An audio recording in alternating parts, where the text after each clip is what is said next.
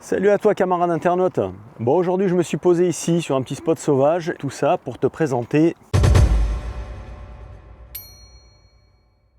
la glacière à compression de chez Vévor. Tu vas voir, je vais te la sortir de là, il faut que je te montre, elle est vraiment magnifique. Si tu veux, moi le souci que j'ai, c'est que l'été le frigo il galère. Alors j'ai pas envie d'investir dans des ventilateurs de frigo. J'ai vraiment l'impression qu'avec les hausses de température, tout ce qui est frigo trimix, donc gaz 12-220, ça galère quoi. Moi l'été, je me suis pris vraiment en grosse canicule des 14 degrés dans le frigo, même en enlevant les grilles, en mettant les ventilateurs, tout ce que tu veux, ça galère. Là en ce moment ça va, quoique aujourd'hui il fait particulièrement très chaud, mais il y a une semaine on a bougé dans le Gard avec le camping-car. Le frigo du camping-car a très bien fait l'affaire, mais je dirais que vraiment les 2 mois où c'est la forte canicule, ça galère quoi. Alors écoute, je me suis procuré cette glacière pour pallier justement à ce genre de problème, parce que je me rappelle que l'été dernier, quand tu as 14 dans le frigo, tu peux rien faire quoi. Tu es là, tu es impuissant. Là ça marche très bien. Alors moi je l'ai raccordé forcément sur la Fossibot, sur la F3600. Je la sors de là et comme ça je te la présente. Tu vas voir, là on est sur un rapport qualité-prix qui est très intéressant et elle est extrêmement pratique. Alors voilà la bête. Donc je vais te donner ensuite mon avis, ce qui me semble bien, ce que j'aurais préféré. Donc ici tu vois que tu as des belles poignées de transport. Alors pourquoi elle se déplie en double comme ça, me le demande pas, j'en sais strictement rien. On a un système aimanté. De ce côté-là, on a une petite poignée également, pareil, un petit peu aimantée, donc ça évite que ça se balade. Tu vois que ici sur le tableau de commande, alors attention, on est en plein soleil, je ne sais pas si tu vas y voir grand-chose, j'espère en tout cas. Donc tu vois qu'on a 2 réglages de température, ici et ici.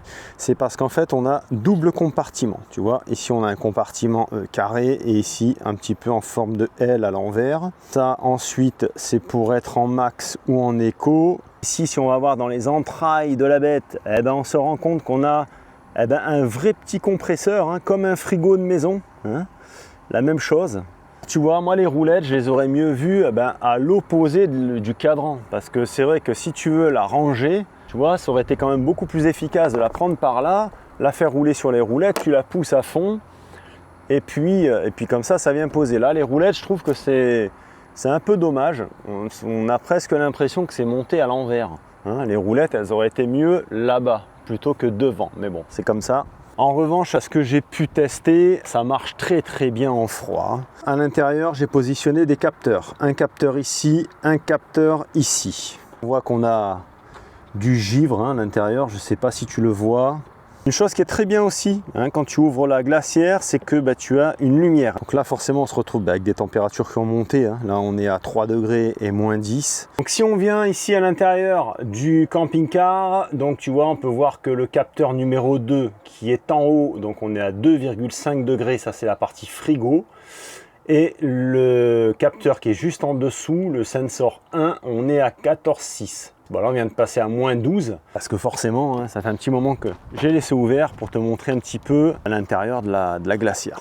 Là ici tu as une belle grosse poignée, tu vois, pour la fermeture. Alors forcément si tu es en van aménagé ou que ton frigo dans ton camping-car il bat de l'aile, crois-moi qu'avec ça tu vas avoir du froid. Ça marche très bien. Moi ça fait déjà quelques temps que je la teste dans la soute du camping-car et crois-moi que ça descend vraiment très fort. On a 2 zones de froid, tu l'auras compris avec le compartiment, donc le premier et le deuxième. Tu peux faire soit congèle frigo ou congèle frigo, tu fais comme tu veux. Ou alors tu enlèves la séparation centrale et là tu te retrouves avec un grand frigo ou un grand congèle. Les 2 zones sont réglables de moins 20 degrés à 10 degrés. Alors moi j'ai fait volontairement le test avec mes capteurs à l'intérieur. Là forcément c'est faussé parce que là on est en plein cagnard. Je te garantis qu'aujourd'hui ça tape dans le sud. Donc moi ici j'avais mis au maximum dans le frigo à 9 degrés et malgré tout je stagnais à peu près à 0. Mais bon, à savoir qu'elle est vide et mon capteur est complètement au fond de la glacière. Donc si c'est plein, je pense qu'on aurait une température qui serait tout à fait convenable. Je pense aux alentours des 5-6 degrés, voire plus en fonction du réglage que tu lui mets.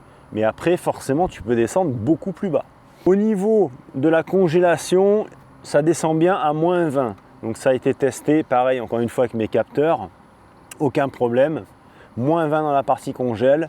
Le frigo a presque tendance à faire trop de froid, mais encore une fois avec une machine vide.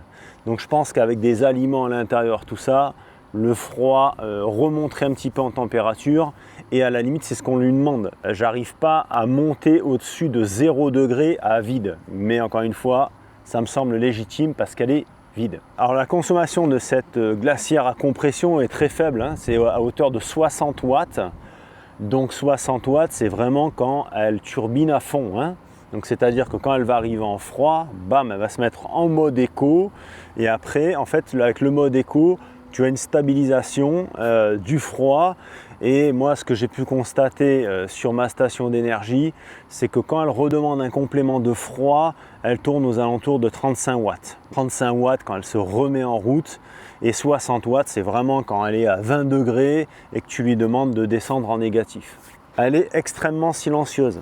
Bon, là on est en extérieur, tu vas peut-être pas l'entendre, mon micro est là, c'est là, bon, franchement elle est très silencieuse. Dans la soute, tu l'entendras pas, même de nuit, crois-moi.